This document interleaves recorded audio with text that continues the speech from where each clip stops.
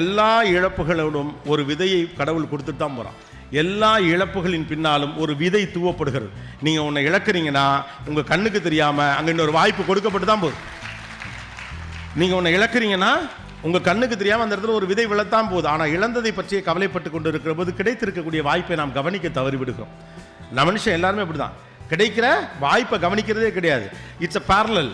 எல்லாருக்கும் உன்னை கொடுத்துட்டு பிடிங்கிறதுலாம் கிடையாது. உனக்கு ஒன்று நான் கொடுக்கலைன்னா அதுக்கு நான் கொடுக்காம இருக்கிறதுக்கு ஒரு காரணம் இருக்குது, அவ்வளோதான். Every thing have a reason. ஏதோ ஒரு காரணம் இருக்குது போல இருக்கு அப்படின்னு நினச்சிட்டு போயிட்டே இருக்கணும். நான் டாக்டருக்கு படிக்கணும்னு ஆசைப்பட்டேன். நான் மட்டும் இல்லை, என்னை சுற்றி இருக்க எல்லாரும் டாக்டருக்கு படிக்கணும்னு ஆசைப்பட்டாங்க.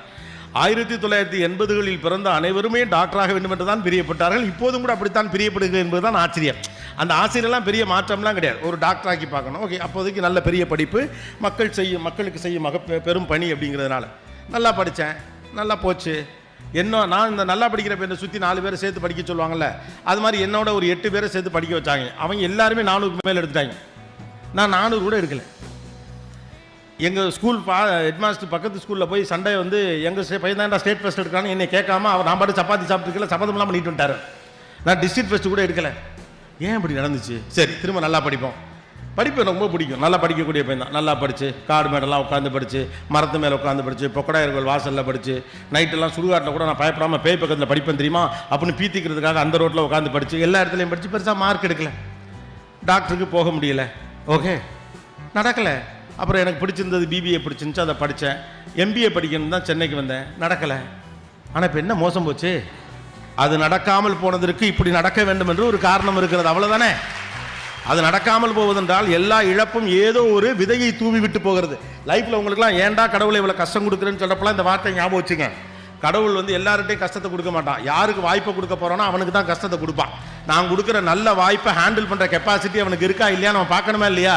சும்மா போகிற வரவன்ட்டெல்லாம் தூக்கியாக கொடுக்க முடியும். ஒரு பொறுப்பை நான் ஒருத்தண்ட கொடுக்குறேன்னா அதை செய்கிறதுக்கான கெப்பாசிட்டி இருக்கான்னு பார்ப்பார்.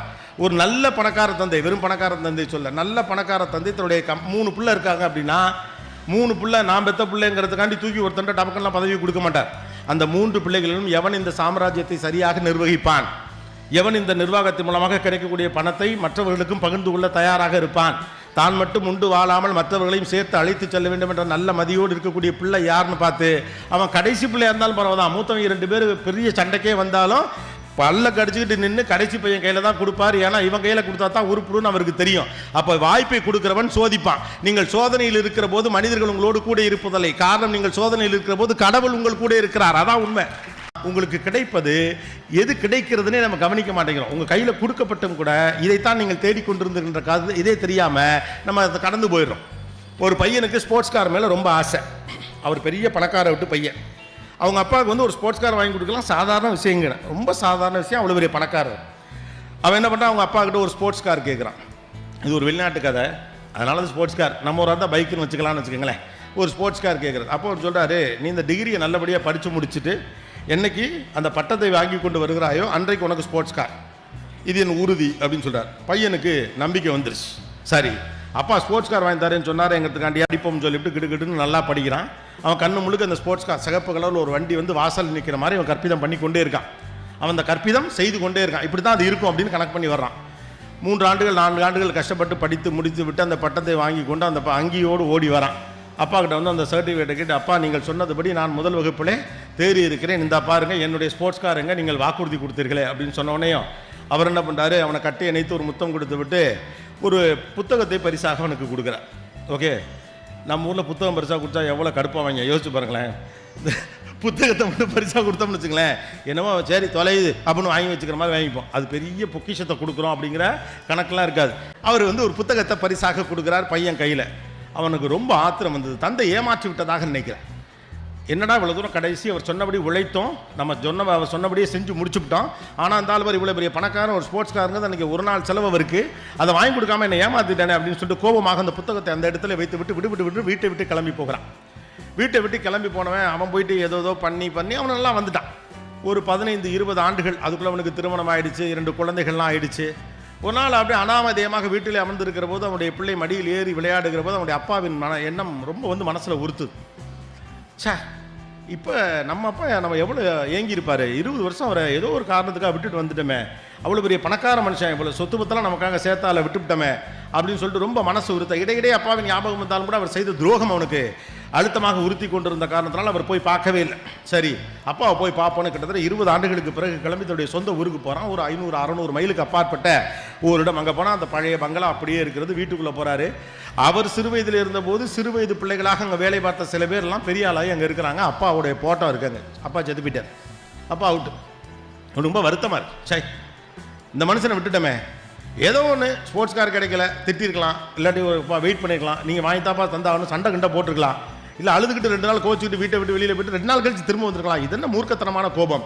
ஒரு தந்தையை இழந்து விட்டோமே, இந்த மனுஷன் நம்மளை எவ்வளோ தேடி இருப்பார்னு ரொம்ப வருத்தத்தோடு தந்தையின் பக்கத்தில் நின்று மனம் வெதும்ப அப்படி பார்த்துக்கிட்டு இருக்க பக்கத்தில் அவர் கொடுத்த அந்த புத்தகம், அவன் கோபமாக வச்சுட்டு போன புத்தகம் அங்கே இருக்குது. அந்த புத்தகத்தை எடுத்து அப்படியே புரட்டிக்கிட்டே தந்தை நினைவுகளோடு பார்த்துக்கிட்டே இருக்கான். அப்படியே புரட்டுறான். அப்படியே புத்தகத்தை வரப்போ கடைசி பக்கத்தில் பார்த்தா அவர் அந்த ஸ்போர்ட்ஸ் கார் வாங்கினதுடைய பில்லு அதில் இருக்கு. அந்த ஆளு நேராக அதை கொடுத்து போடா போய் கார் எடுத்துட்டு வரான்னு சொல்லாம அது ஒரு புத்தகத்துக்குள்ள வச்சு கொடுத்துருக்காரு. இந்த முட்டா பையன் அவசரம் கொடுக்க கோவத்தில் போட்டேன்னு புத்தகத்தை தூக்கி வீசிட்டு போயிட்டான்.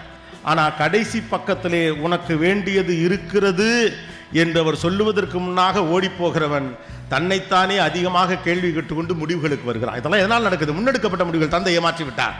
கொஞ்சம் பொறுமையாக இருந்தால் நமக்கு தேவையானது ஆட்டோமேட்டிக்காக கிடைச்சிடும். 2வது முக்கியமான விஷயம், கடவுள் நீங்கள் கேட்பதை உங்களுக்கு பிடித்த வடிவத்திலே கொடுப்பார் என்ற அவசியம் இல்லை.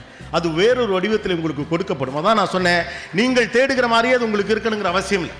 20 வருஷங்களுக்கு முன்னாலே நினைக்கிறேன், சர்வதேச அளவில் இருக்கக்கூடிய ஒரு பெரிய நிறுவனத்திலே ஒரு 1-2 பேரை வேலைக்கு தேர்வு செய்வாங்க. அதுக்கு போட்டியிடுவது மிகவும் சிரமம். ஸோ இரவெல்லாம் போயிட்டு, அப்போல்லாம் ப்ரௌசிங் சென்டரில் தான் கம்ப்யூட்டர்ஸ்லாம் இருக்கும். சொந்தமாக கம்ப்யூட்டர் வாங்கி வைத்துக்கொள்ள வசதி இல்லை. என் அண்ணனுடைய நண்பர் ஒருத்தர் ப்ரௌசிங் சென்டர் வச்சிருந்தார். ஒரு 9 மணிக்கு மூடுவார். 9:30 மணிக்கு என் வீட்டு வழியாக கடந்து போகிறப்ப அந்த சாவி எனக்கு கொடுப்பார். ஒரு ஃப்ளாஸ்க் நிறைய டீயை ரொப்பிக்கிட்டு நைட்டு 10 மணிக்கு அங்கே போனால் நான் காலையில் 4 மணி வரைக்கும் உட்காந்து படிப்பேன். ஏன்னா இன்டர்நெட் அங்கே தான் இருக்கும். உட்காந்து படித்து அந்த பரீட்சையில் ரொம்ப கஷ்டம், நல்லா பரீட்சை எழுதினேன், நல்ல நான் இன்டர்வியூலாம் அட்டன் பண்ணேன். ஆல்மோஸ்ட் நான் தேர்வு செய்யப்பட்டு விட்டதை போல தான் தெரிஞ்சுது. ஆனால் இடைசியில் அவங்களுக்கு இடைப்பட்ட காலத்தில் அவங்களுக்கு இருக்கக்கூடிய புரோட்டோக்கால் இருக்குல்ல, இத்தனை பதவிகளில் இவங்களுக்கு உள்ள சீட்டு கொடுக்கணும், அல்லது இந்த நாட்டுக்காரருக்கு கொடுக்கணும் அப்படிங்கிற சில நெருக்கடிகள் அவங்களுக்கு உண்டு. அது யதார்த்தமாக அவங்களுக்குடைய புரோட்டோக்கால். அதனால் எனக்கு அது கிடைக்கல. என்னடா இவ்வளவு காலம் உழைச்சம் போனால் வந்தோம், அது கிடைக்கல. எனக்கு ரொம்ப வருத்தமாக இருந்தது. ஒருவேளை அந்த வேலை கிடச்சி நான் வெளிநாட்டில் போய் செட்டிலாக இருந்தால் இது எனக்கு கிடச்சிருக்காது. இப்போ அடுத்த வாரம் அதே நாட்டுக்கு நான் போகிறேன் கெஸ்டா. சரியா? என்னை எக்ஸாம்பிளாக சொல்கிறது வழியாக என்னை பற்றி சொல்வதுன்னு அர்த்தம் இல்லை. வேறு யாரை பற்றி சொன்னால் நம்ம சொல்ல முடியாது. அதுக்கு அவங்கள்ட்ட பர்மிஷன் வாங்கணும். நம்மளை பற்றி சொல்லல நம்ம ஈஸியாக சொல்லிட்டு போகலாம். நான் இதை நம்புகிறேன். ஏன்னா நம்முடைய வாழ்க்கையில் இதெல்லாம் நடந்திருக்கு. அடுத்து உங்களுக்கு தேவைப்படக்கூடிய ஒன்று கிடைக்கும். ஒன்று நடக்கலைன்னா அதுக்கு ஒரு காரணம் இருக்குது. ஒன்று நடக்குதுன்னா அதுக்கு ஒரு காரணம் இருக்குது. நியாயமாக அறிவுபூர்வமாக கேட்க வேண்டிய ஏன் கேள்விகளை மட்டும் கேளுங்கள். நீ ஏன் எதுக்கு நோண்டிக்கிட்டு இருந்தீங்கன்னு வச்சுக்கோங்களேன், கடைசி வரைக்கும் அதை தவிர பண்ணி will become the part of the issue. You will not the part of the solution. ஏன் நடந்துச்சு? ஓகே, இதுக்காக தான் நடந்துச்சு போட்டு ஓகே, சிலதெல்லாம் அப்படியே விட்டுறணும் அப்படிம்பாங்கல்ல, அது இந்த காலகட்டத்துக்கு தேவைப்படுதுன்னு தோணுது. 10 ஆண்டுகளுக்கு முன்னதாக ஏன் என்று அடிக்கடி கேள்விகள்னு சொன்னோம் தான் நானும் கூட. அது சின்ன பசங்கள்ட்ட எப்போதுமே நான் சொல்லுவேன். ஆனால் இப்போ இடைப்பட்ட காலத்தில் இருக்கக்கூடிய 30-35 வித ஆட்கள்கிட்ட இந்த ஏன் கேள்வி ஓவராக இருக்குது. அம்மாக்கள்கிட்டலாம் ரொம்ப அநியாயத்துக்கு. ஒரு பையன் சும்மா இருக்கான், அவன் நார்மலாக இருக்கிறதுன்னு லேசாக சோர்ந்து போகிறான். ஏன் புள்ள சோர்ந்து போச்சு? வைட்டமின் டி குறைபாடாக இருக்குமா? டாக்டரே சொல்கிறாரு 3 நாள் பார்க்கலாம், சளியெல்லாம் தானாகவே சரியாரு. இல்லை, உடனே பிளட் டெஸ்ட் எடுத்து பார்க்கணும். அது என்னன்னு உடனே தெரியணும் டாக்டர். இப்போ என்ன உங்களுக்கு பையனுக்கு ஏதாவது ஸ்பெஷலாக நடக்கணுமா என்னவா இருக்கும்? ஏன்னா இருக்கும். ஏன்னா அந்த வாழ்க்கையின் கட்டுப்பாட்டுக்குள்ள இருக்கணும். என் பிள்ளையின் ஆரோக்கியம் என் கட்டுப்பாட்டுக்குள்ள இருக்கணும். என்